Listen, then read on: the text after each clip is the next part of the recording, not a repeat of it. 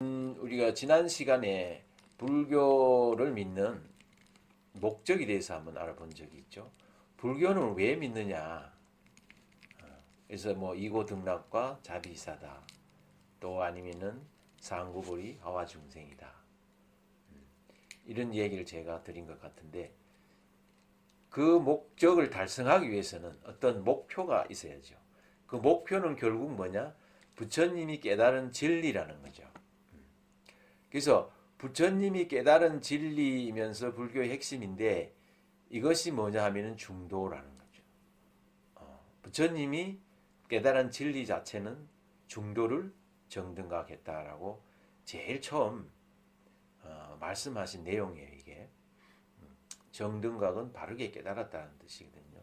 진리 자체를 바르게 내가 알아차렸다라는 거예요. 우리가 이제 이 깨달을 각자를 계속 제가 뭐 깨달음이라는 표현을 쓰는데 깨달음이라는 자체는 진리 자체를 내가 확실하게 완벽하게 알아차린다는 뜻이에요. 그래서 아는 거와 알면 다를 수 있어요. 안다라는 것은 지식을 통해서도 알 수 있고 어떤 그냥 우리가 이 마음으로도 알 수 있고 모든 것은 그렇게 표현되는 것을 안다라고 한다면은 알미라는 것은 깨달음을 상징할 수. 깨달음이라는 것은 체험이고 나만이 가질 수 있는 그런 체험이라고 보면 돼요. 그래서 나만이 갖고 있는 체험이기 때문에 그것을 설명이나 말로서 가능할 수가 없어요. 그래서 우리가 성가에서는 불이법문이다, 또 언어도단이다, 뭐 이런 이제 말을 쓰는 이유도 거기에 있어요. 그래서 부처님도 처음에 이게 깨달음을 갖고 21일 동안 그 대방광불 화엄경을 설법하는 것도 이 화엄경은 언어로서 설법한 게 아니에요. 근거로서 말로서 설명한 것이 아니고 마음으로서 설명한 거예요. 마음이라는 것은 뭐죠? 이 각으로 이제 각 깨달음으로서의 설명을 하는 거죠. 그러니까 우리 중생들이 생각하기는 어렵다고 볼 수 있죠. 왜? 우리 중생들은 말이라든지 이런 어떤 것을 표현을 통해서만이 이해할 수 있으니까요. 그랬듯이 이 깨달음이라는 자체는 자기 체험이라고 보면 되죠. 근데 그러면 각자의 체험이 같으니까 다릅니까? 근데 본질은 이 중도라는 본질 자체는 벗어날 수가 없어요. 하지만은 그 중도를 내가 깨닫게 되면은 내 체험이지만은 하나로 연결된다는 거죠. 그래서 우리 이제 직지인심이라고 하거든요. 직지 바로 내 마음으로 마음을 전달해 주는 것처럼. 그래서 이심전심이라고도 하잖아요, 그죠? 내 마음 자체를 그냥 그 마음 자체로 상대로 전달해 준다는 그 말은 무슨 뜻이냐면은 중도라는 진리 자체를 나도 알고 너도 안다라는 거죠. 아는데 어떻게 안다? 내가 갖고 있는 식견으로 아는 게 아니라 내 안에 있는 본래 내 자성이 불성이고 중도를 알거든요. 내 자성의 불성 자체를 내가 알아차리니까 또 상대도 상대 안에 있는 자성 불성을 알아차리게 되면은 같은 중도를 가지고 알아차리게 되는 거죠. 그래서 그걸 이제 말없이도 다 통하게 된다는 거거든요. 그래서 불교에서의 선문답 자체가 바로 그러는 거죠. 이상한 말을 해도 그 말에 쏙는 것이 아니고 말 속에 있는 뜻을 내가 알아차리기 때문에 뭐 뜻이 어떤 뜻이다? 바로 중도라는 뜻이죠. 이게 연계의 이치인데 아니에요. 중도는 연계의 이치를 바로 깨달아 쓰는 것이다. 그래서 이 불교를 믿는 궁극적인 목적은 전번 시간에 설명했고 목표가 드디어 이제 중도를 바로 알아차리는 것이 목표가 되는 거죠. 그래서 불교인들은 누구나가 할 것 없이 최종의 목표는 뭐다? 중도를 내가 바르게 정등각하는 거예요. 그래야만이 나도 부처님과 같은 그런 삶을 살 수 있고 또 부처님이 열반을 얻어서 깨달음을 얻어서 해탈을 얻어서 그야말로 행복하듯이 나 또한 그런 행복을 얻게 되고 또 부처님이 그런 깨달음을 우리 중생에게 45년간 설법을 해서 중생들이 지금까지도 불법을 통해서 많은 행복을 얻고 있듯이 나 또한 더불어 이웃들에게 그 어떤 불법 진리 자체를 나누고 공유하고 이런 것들이 이제 불교의 어떤 기본적인 핵심 목표고 목적일 수 있다는 거죠. 그래서 이것을 크게 우리가 오직 지금을 알아차립니다. 이건 위파사나 명상에서 많이 쓰는 얘기잖아요. 좀 알아차림, 사띠라고 이렇게 얘기를 하는데, 그래서 이런 알아차림이 바로 중도를 이 얘기를 하고 있다 이렇게 설명합니다. 그래서 부처님이 깨달은 최종의 진리 자체는 중도고 그 중도는 영계 이치다. 이건 이제 또 상세히 또 한번 설명을 할 겁니다. 그래서 불교의 중도가 바로 불교의 목표가 된다.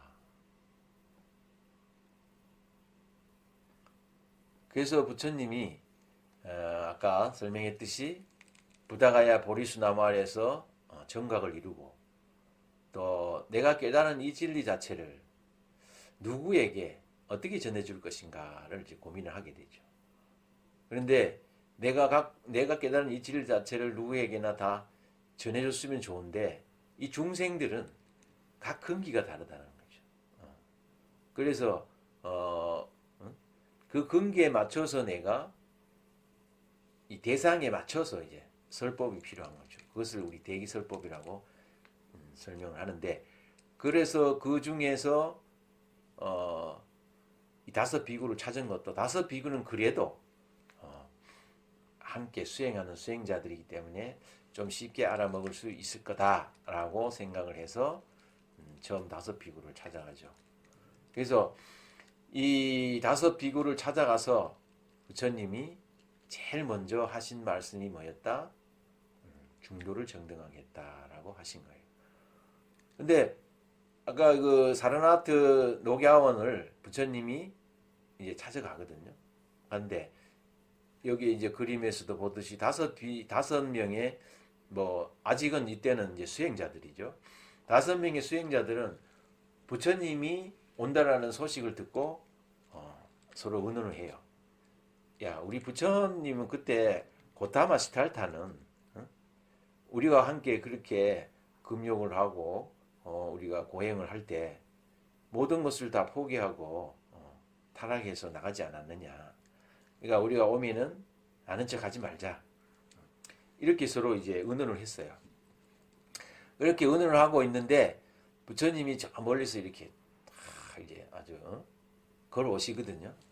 그러시니까 이 다섯 명의 수행자들이 처음에는 그렇게 굳게 약속을 했는데 부처님이 가까이 오면 올수록 이 마음들이 막 동요하기 시작하는 거예요. 왜냐하면은 너무나 이렇게 이 장엄하고 또 너무나 모든 모습에서 성자 같은 그런 이 모습으로 이제 나타나거든요. 그래서 이 다섯 명의 비구들이 자신들도 모르게 그냥 바로 본경을 하게 되고 합장을 해서 무릎을 꿇고 이렇게 존경하게 되는 그런 이제 기록이 있어요. 그랬듯이 부처님이 이런 어떤 그야말로 모습 자체도 벌써 성자의 모습을 다 갖추고 있기 때문에 이렇게 그래서 다섯 비구가 부처님에게 이제 뭐 부처가 된지를 아직 잘 모르니까 고타마 시탈타에게 이제 시탈타 이름을 불러요. 이렇게. 그러니까 부처님이 이제는 나는 그 시탈타가 아니다. 나는 붓다가 되었다고 붓다라고 이름을 불러라고 이렇게 책에 경전에 이렇게 나와요. 그랬듯이 그래서 다섯 비구가 부처님에게 법문을 청하죠. 어떻게 그대는 어떻게 이제 붓다는 그 위대한 성자가 되었습니까? 그 수행하는 어떤 방법을 수행을 통해서 그렇게 위대한 붓다가 되셨습니까? 이렇게 이제 질문을 하죠. 그랬을 때 부타가 이제 물론 자리를 이제 청해서 법문을 청했겠죠. 그때 부처님이 나는 중도를 정등하겠다. 이렇게 설명을 해요. 이 중도를 정등하겠다라고 하니까 처음 듣는 얘기잖아요. 이 5명의 수행자들은 이거 어리둥절을 하고 있거든요. 그랬을 때 부처님이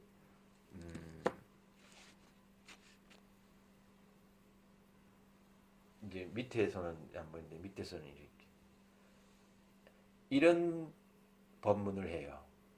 지금 여기 그림에도 보면은 이렇게 나와 있죠. 이게 수인인데 이거 우린 수인이라고 하잖아요. 그래서 저는 이제 손법문이라고 이렇게 표현을 합니다.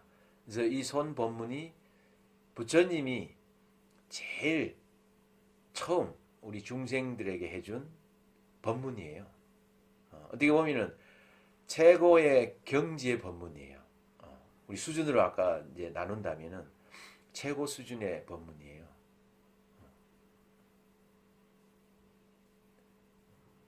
이것이 뭐냐면은 초전 법륜인이라고 이렇게 우리가 설명을 하는데 제일 최초의 법륜을 굴린 법문이라는 뜻이죠.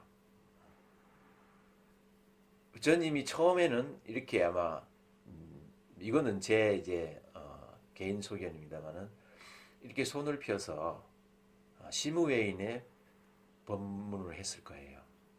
그리고 천천히 이게 우리가 그 아미타 우리 수인에서 보면은 하품 상생민이거든요. 이게 이 수인을 해서 초전 법륜인을 이렇게 법문을 하신 거죠. 이게 뭐냐면은 중도가 무엇입니까? 라고 5비구가 부처님에게 물었거든요. 부처님이 중도를 정등하겠다라고 하니까 그럼 중도가 뭡니까? 중도를 바로 깨달았다고 하니까 깨달은 그 중도가 뭡니까? 하니까 부처님이 이런 수인을 했어요. 이게 화두죠. 부처님이 최초의 공안을 지금 우리 중생들에게 한 거예요. 공안 자체가 화두 자체가 실질은 법문이거든요. 그 법문을 깨닫고 있느냐 못 깨닫고 있느냐 못 깨달으니까 그 법문을 가지고 우리가 끙끙거리고 의심을 하고 하는 거거든요. 이게 이제 최초의 부처님이 중도를 설명해 주고 있는 거예요. 이게 중도는 이런 것이니라. 여러분들은 이해했어요? 중도가 뭡니까 하니까 제가 이렇게 손을 폈다 이렇게 이것이 중도를 지금 부처님이 말 없는 법문 가장 완벽하게 중도를 설명해 주고 있어요. 근데 우리 중생들이 이 법문 자체를 알아차려야만이 실지 부처님이 깨달은 진리인 중도나 중도 내면에 있는 연기를 바로 알아차리는 거죠. 그렇지 않고는 우리는 뭐다? 중도는 또 연기는 이론적인 지식을 우리는 공부하고 있는 거예요. 우리는 이런 법문 자체를 바로 알아차려야 된다. 이것이 이제 제 상근계 법문이라고 선불교에서 얘기하는 화두예요. 화두고 공안이다. 그래서 선불교가 자신 있게 우리 불교에서 최고의 불교를 공부하는 그런 진리다라고 하는 게 바로 이런 데 있어요. 왜냐하면 부처님이 제일 처음 해준 법문이 뭐다? 공안이고 화두거든요.